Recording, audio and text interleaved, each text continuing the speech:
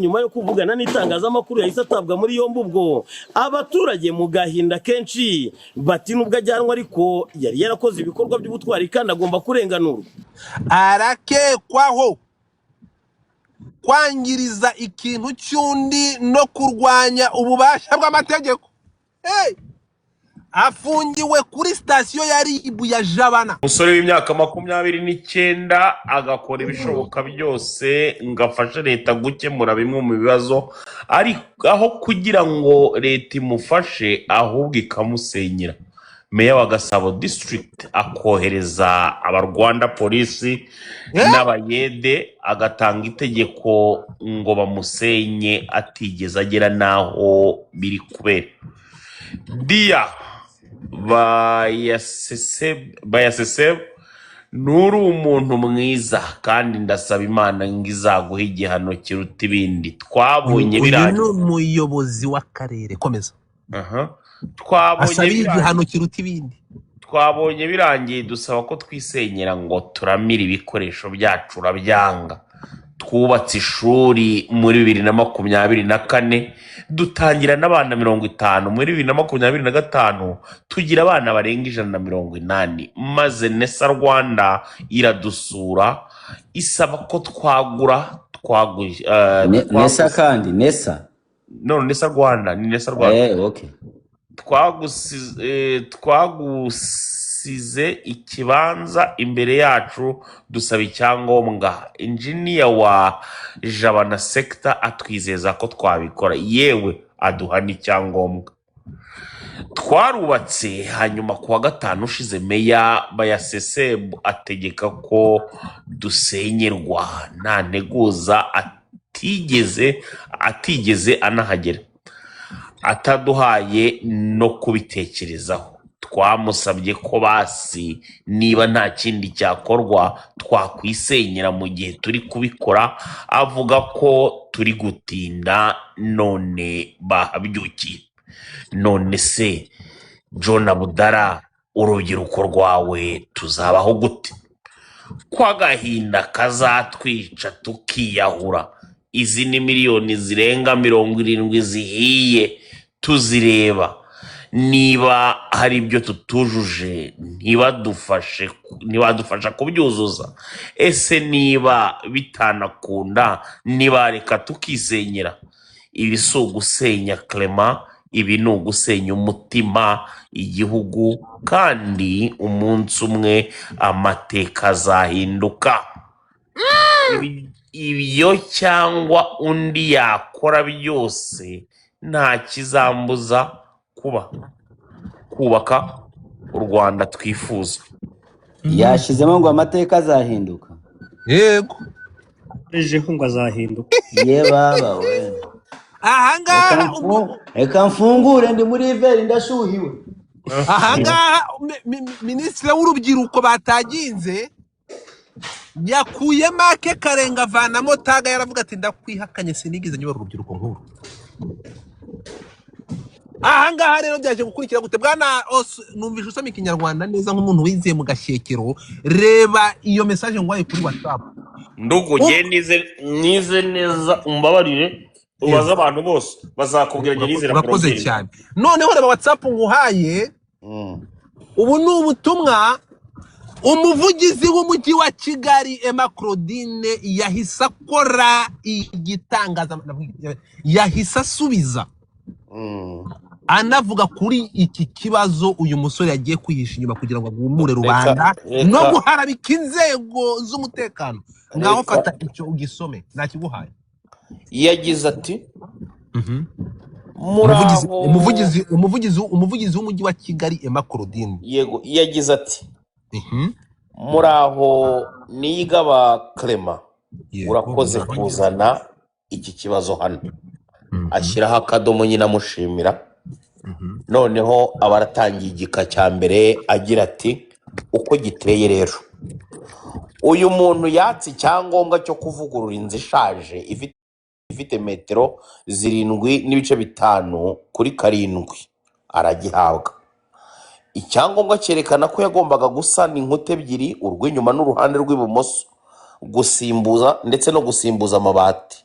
icyangombwa cyamubuzaga rero iki: guhindura imiterere y'igisenge inzu isanganywe, kongera cyangwa kugabanya ibipimo inyubako isanganywe, kubaka uruzitiro cyangwa umukingo.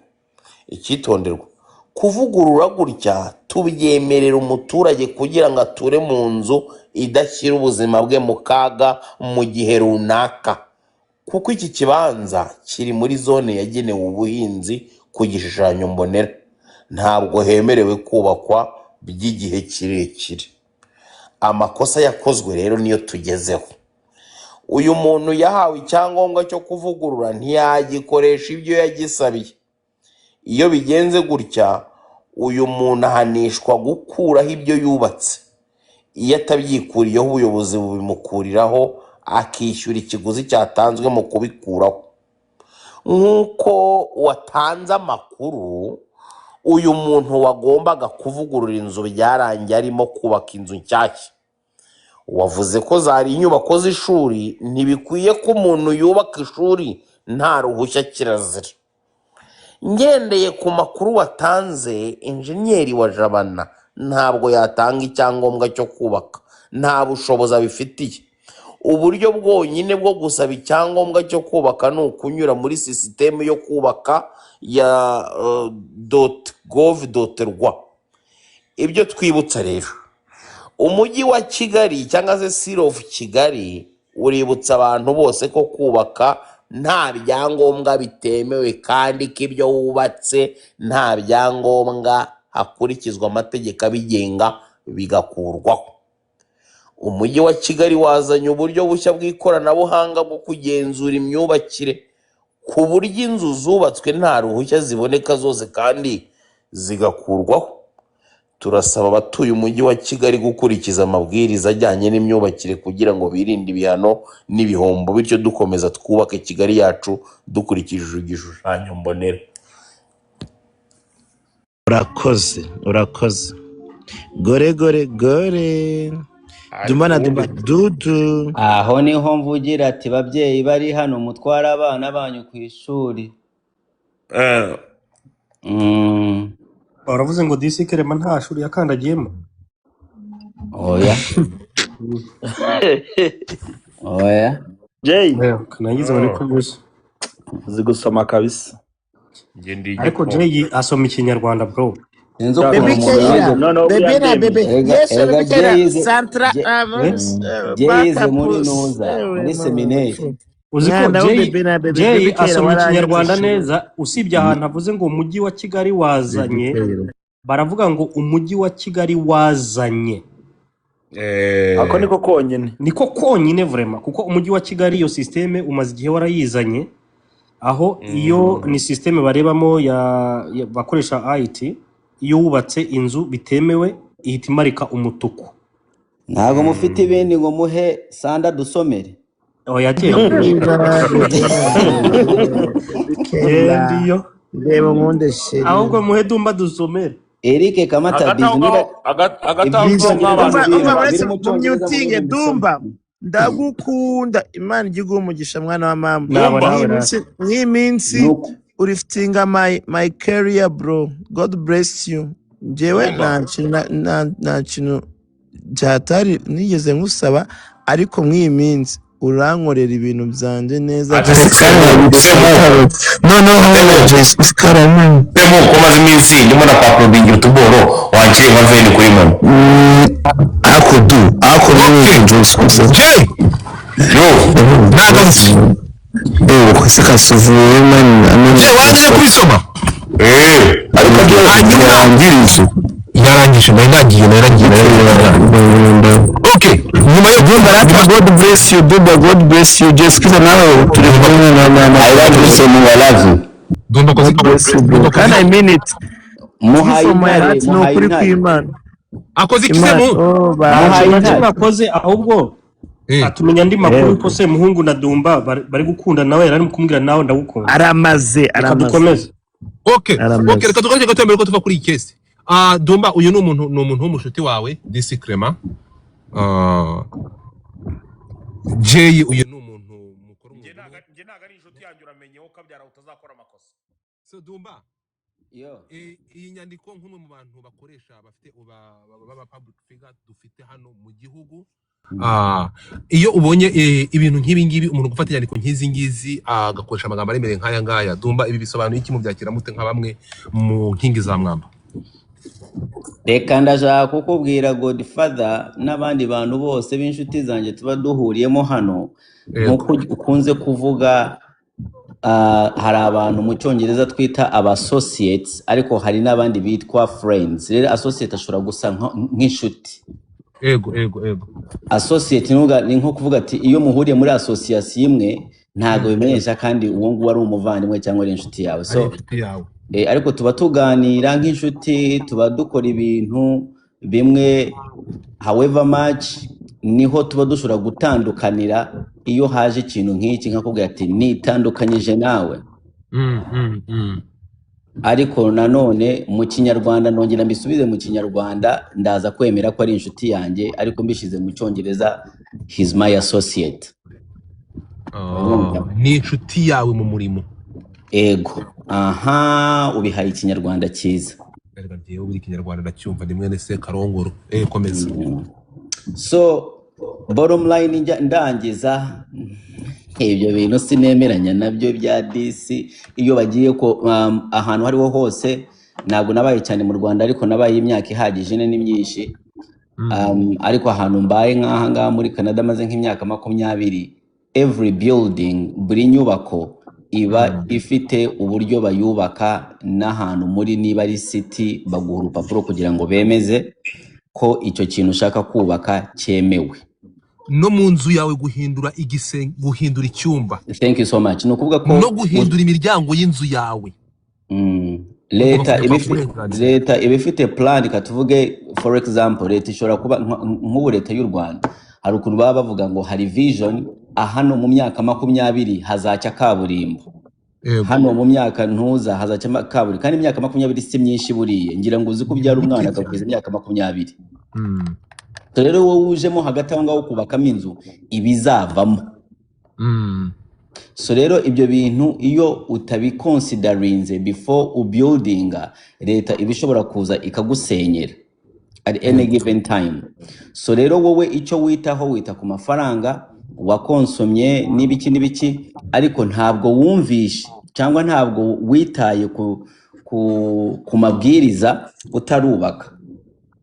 So ntabwo nitandukanye na DC Clement kubera ashobora kuba ari mu bibazo ariko ni mu myumvire ni mu cyangwa nkavuga ati yarahubutse nkuko Kazuka asomye hasi aho ngaho bavuga ukuntu bigenda iyo umuntu agiye kubaka biba ari byo ariko hagati aho ngaho nizere ko aza kuvayo kandi baza kumucyaha nibijye kure niba mutware hirya walayi. Ntabwo najye sinifurizwa umuntu gufungwa ariko nta na gato nta n'umuntu nigeze nifuriza gufungwa ariko nicyo yatugera ku bintu nk'ibi ngibi niba umuntu ashobora gukoresha amagambo nk'aya ngaya yahubutse ndumva ibi bintu birakoreshwa muri industry muri showbiz murimo siko bimeze. Uyu no umuntu DC Clement kuba abantu barenga showbiz bagafata amagambo yo guca ibikuba urimo kumva bakajya naho bashobora gufesinga inzego urimo kumva utekereza ko byabigana heza. Uyu musore Yesu njya ngimboga sifata ejo bundi uyu musore uri kuvuga uri hejuru yawe Eric Semuhungu yatwaye yanyoye baramufata baragura nk'ibisanzwe urabizi bafata iminsi ngahe urabizi Eric yatwaye yanyoye yego ribira polisi ramufata Eric aho hejuru but guess what DC Clement yaraje aravuga ngo Eric ubu turi kuvugana yafunzwe kuko yasambanyije abana b'imyaka 7 b'abahungu 3. Oya none kuri murabivanga kandi uretse gato urumva ko icyo ari ikintu kiremereye. Eric yavuye badakoze amaguru hasi nubwo uyu Kemini kuri kureba aho ngaho nibo baje bazana amakuru. Hari umuyobozi wahise umwandikira turi kuri X n'abandi bavanaho icyo kinyoma twamagana uramusore tumubwira ko gutangaza amakuru bibuha bitari byo no gucikwa muri rubanda. Niba ushaka kuvuga ngo umuntu yafashe abana b'abahungu ku ngufu Eric yavuye yarega uriya musore baragenda uzi ko abahubwunzi barabunga barasomana barataha.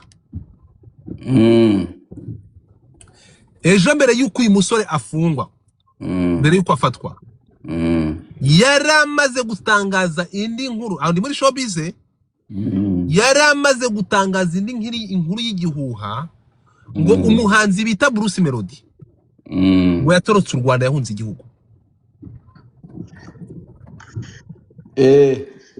Unyumve? Uri kumva aya n'amagambo ari very sensitive. Ariko tumenya ko muri showbiz wenda siko bimeze bifatwa nkuko bigafatwa bigona bikaza bakabirangiza tututu. Ariko gufata amagambo akakaye ukavuga ngo umuyobozi w'akarere yahamagaye polisi kujya gusenyera umuturage. Sizi kumvuga uburemere bw'icyo kintu. Izi mbuga twazikoresha gute Dumba uje utanga inama mu buryo bwo gukoresha imbuga mu buryo bwa nyabwo. Izi nama ibi ngibi twabifata mu buhe buryo izi wenda utereka dufate ngo dufata urabizi ko nanjye bwanuka wangiriye nama kugira ngo ijambo ryiza wangiriye nama kugira ngo ntazisanga naguye mu mutego nk'uyu nguyu wo kuba mwasama ngakora ibidakwiye n'abagenzi banjye. Reka nkugire inama uzagura itike urire indege ugende i Kigali noneho utangire kubwanukira i Kigali. Ntabwo ucubije nk'uko nkubwiye. Stop now. Kuvuga ko Dumba ucubije utabanje gushira mu ubwenge koresha ubwenge niba muna kubajije ikibazo nk'iki. Basireka nsubiza ibyo mvuze. No kuvuga ko Godfather nawe ubu ahubwo ubwenge nibwo utabwumvisha. Uravuze ngo nkora nk'ibyo Clement akora. No kuvuga ko abantu benshi turi kuri izi mbuga dukoreraho mistakes nyinshi. The differences between bamwe tubakuri y'ubuyobozi kutarafungwa. So niyo mpamvu nuko probably ndi kuri y'ubuyobozi. Ntabwo hori Kigali. Ariko iyo ndi Kigali ntabwo nshatse kuvuga ko impamvu ntarafungwa nuko nigendesera. Ubu saraheruka. Ngira ngo uramwumvishe je. Ariko je none se ntubize ko Dumba afite warning nakoze iki je. Dumba afite warning reka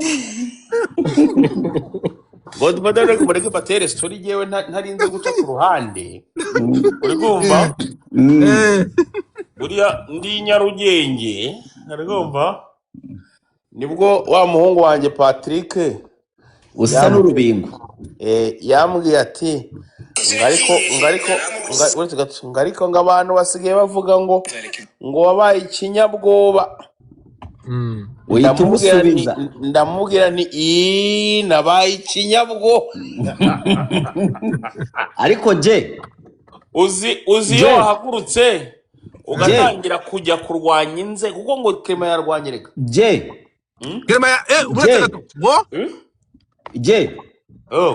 urabizi ko nanjye ntinya.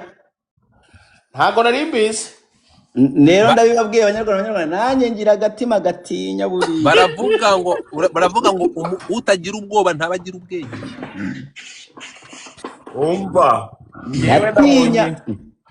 nabonye uburyo umuhungu atwitingamo uri kumva narindi mu musarani umubyindi ndawumvuna ndongera mbisubiramo kabiri mbisome neza kuko nabonaga ntarimo ndabyumva ngo wowe runaka ndakwanga. Reka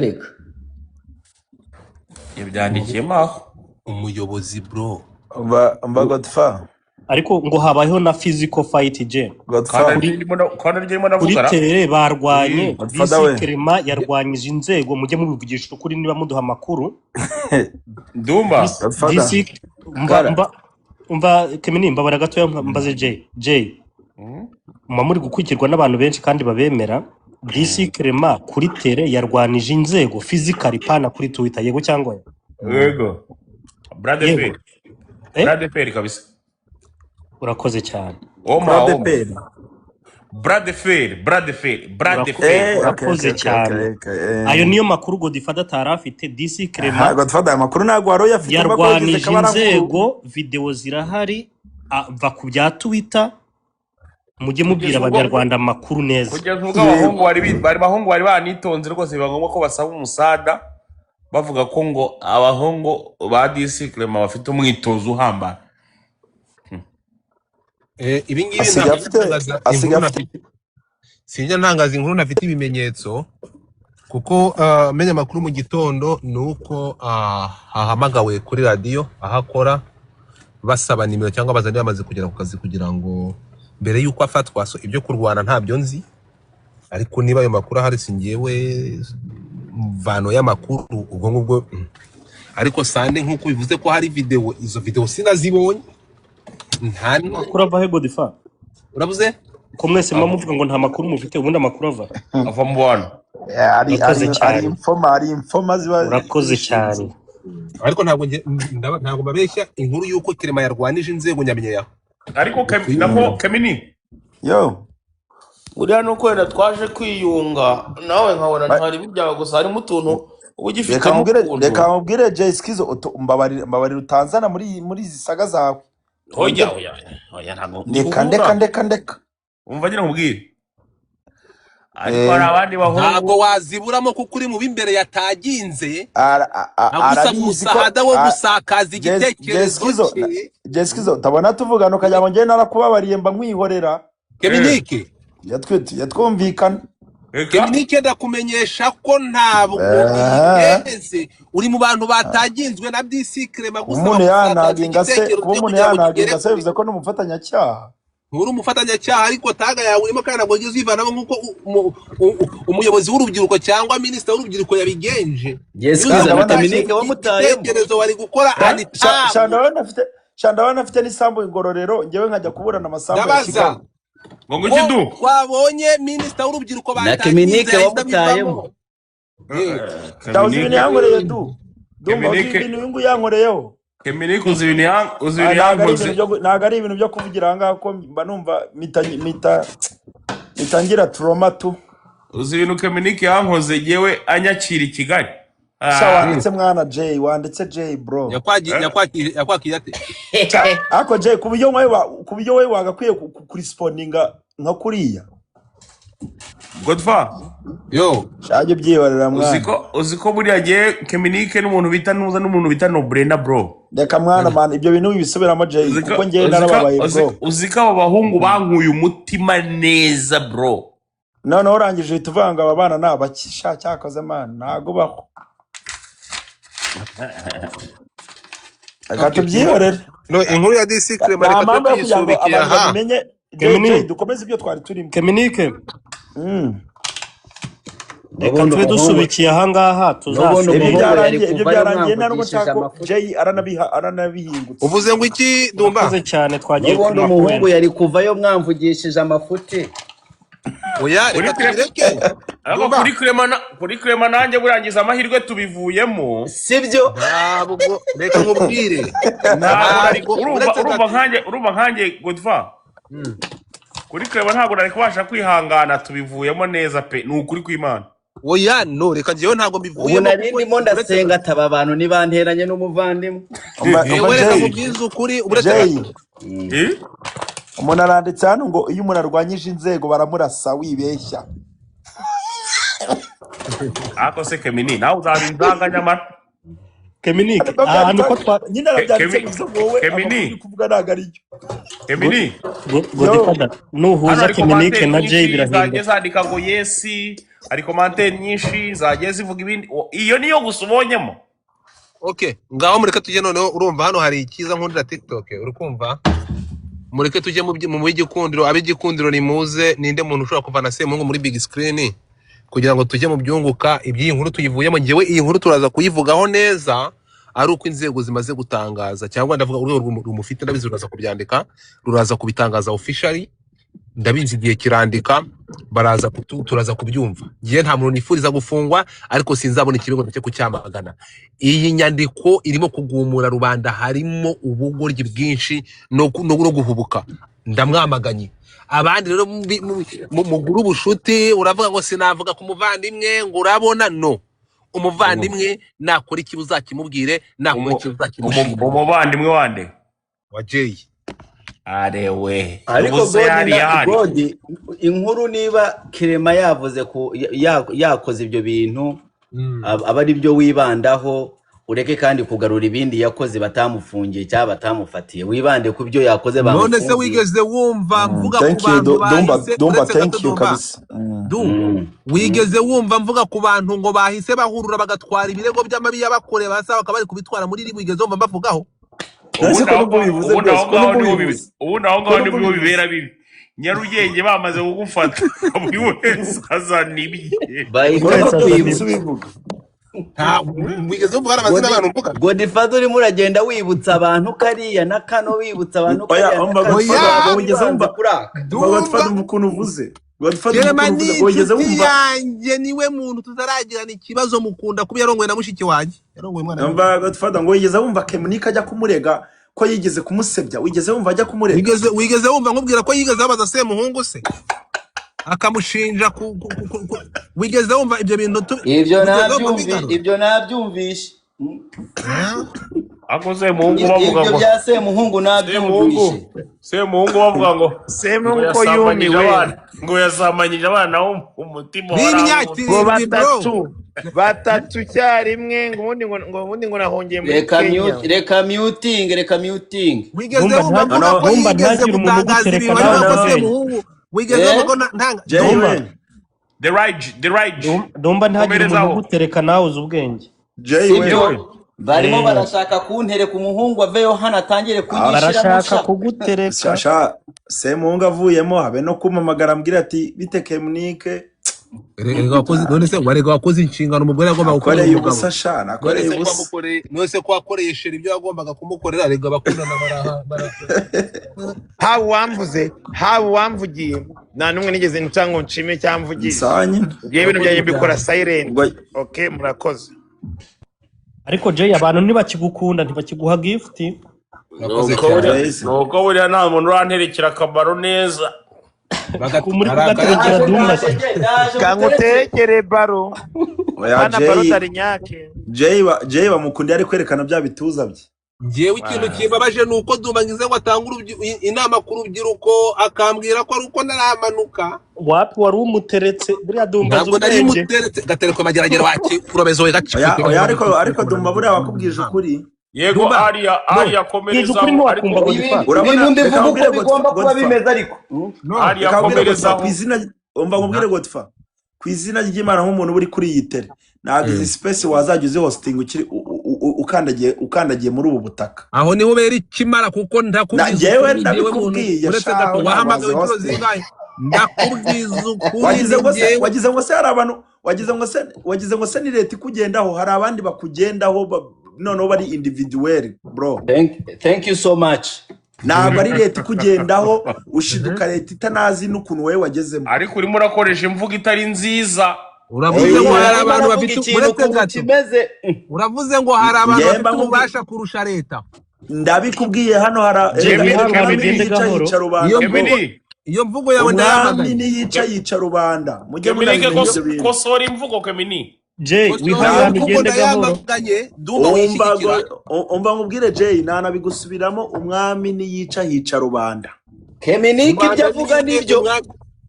Jay ugende gahoro. Ndakumenyesha ko aba bayobozi bakuru ujya wihangana ndabizi ugende gahoro. Kumyitse yo Mike abantu rukuvanga.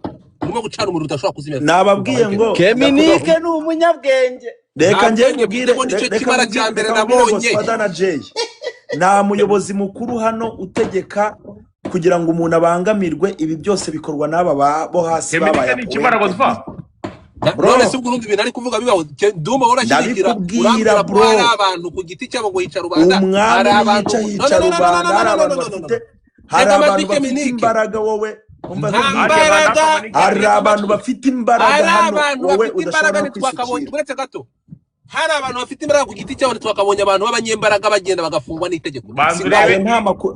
Bazurebe ijambo batangiye kugenda batoraguramo ngo Keminike ngazi neza ibibera kuri tere. Marakora amakosa Kemini murakora amakosa.